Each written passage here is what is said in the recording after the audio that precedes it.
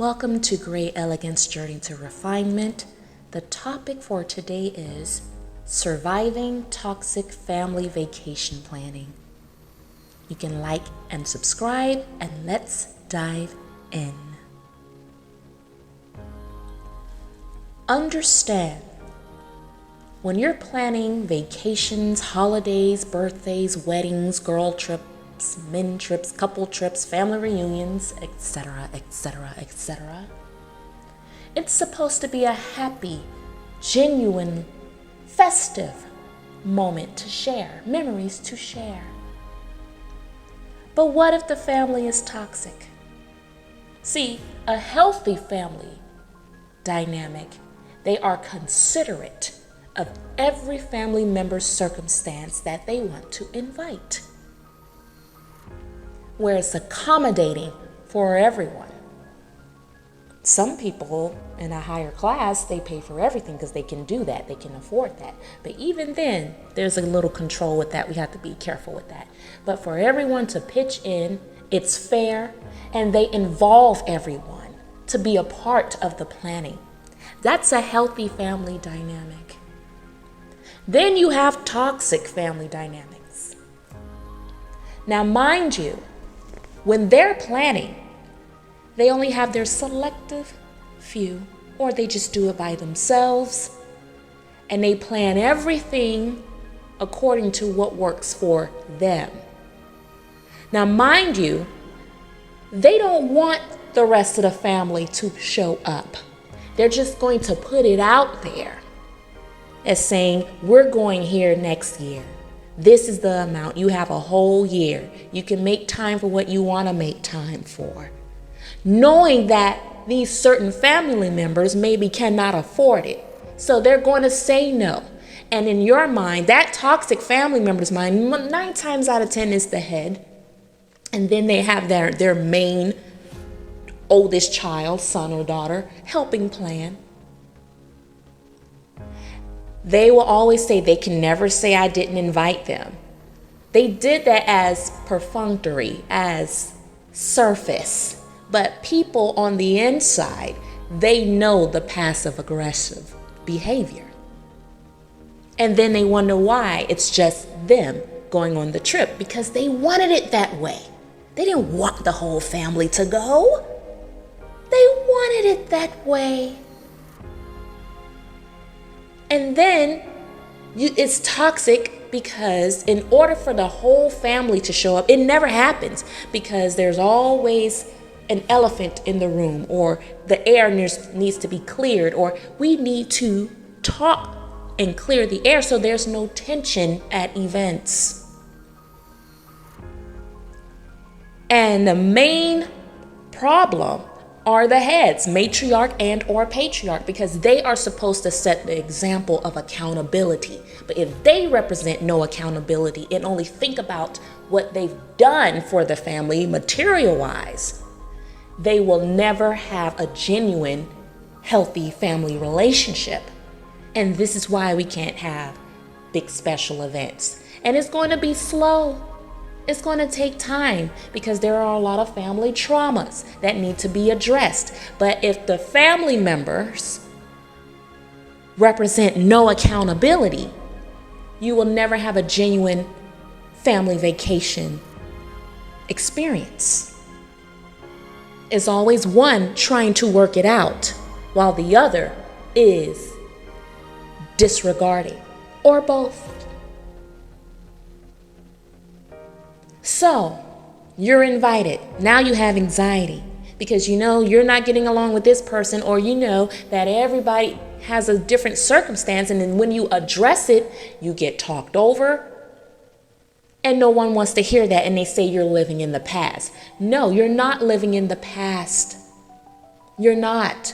Because in order, you have to look at the past because that's the root of the problem. That's like dusting, brushing, brooming dirt under the rug. And then you step on it hard enough and poof, dust come out. No, snatch the rug up, sweep under the rug, get all of the dust up, put it in the dustpan and throw it in the garbage. Therefore, when you step on the rug, nothing comes up. That's like triggers You're at a family event and someone says one little thing that triggers a trauma, then they're arguing because you two or no one helped them clear the air. And that one family member that represents no accountability, that likes drama, think it's funny. It's not funny. And then you have the person that does the guilt trip, but you know this person's sick, the family matriarch, patriarch is sick. Yes, I have compassion that they're sick, but what about when they weren't sick? There's always an excuse. And there's always an excuse before that and before that to keep you bound, to keep that one head happy while everyone else is miserable. That's not fair. So, when you're invited, you can say no, or if you want to go, you feel you need to go for morale purposes. This is how you do it.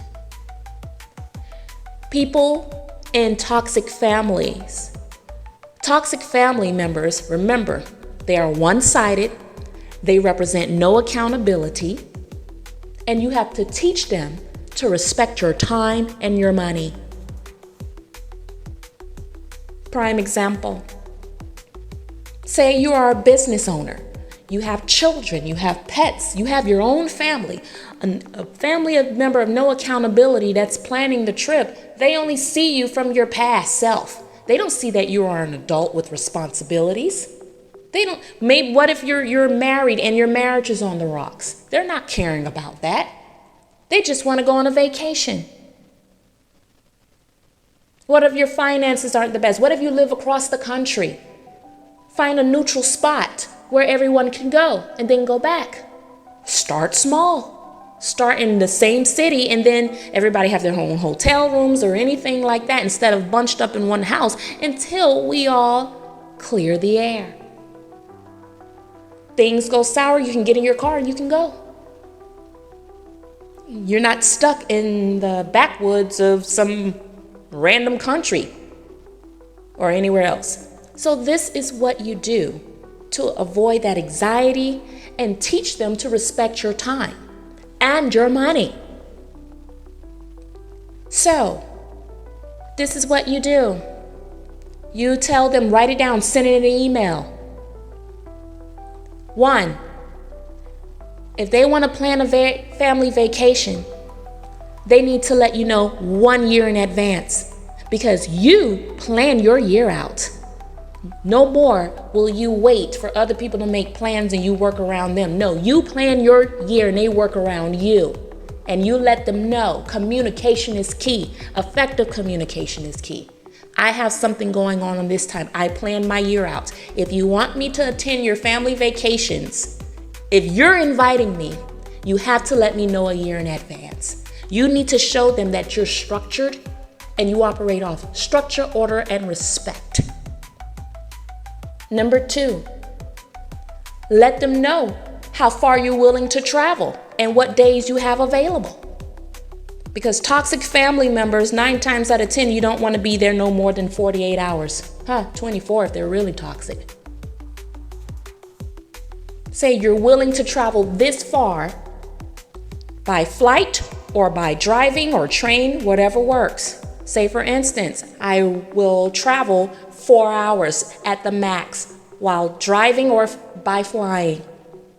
And I'm only available on weekends because you have an empire you're trying to build, or you have children, or you have dogs, or anything, you have other responsibilities.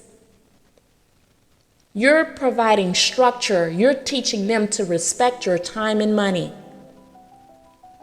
Okay?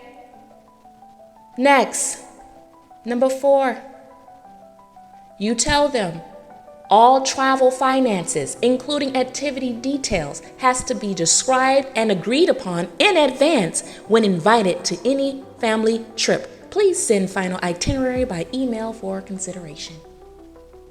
Yes. Toxic family, they don't really plan strategically.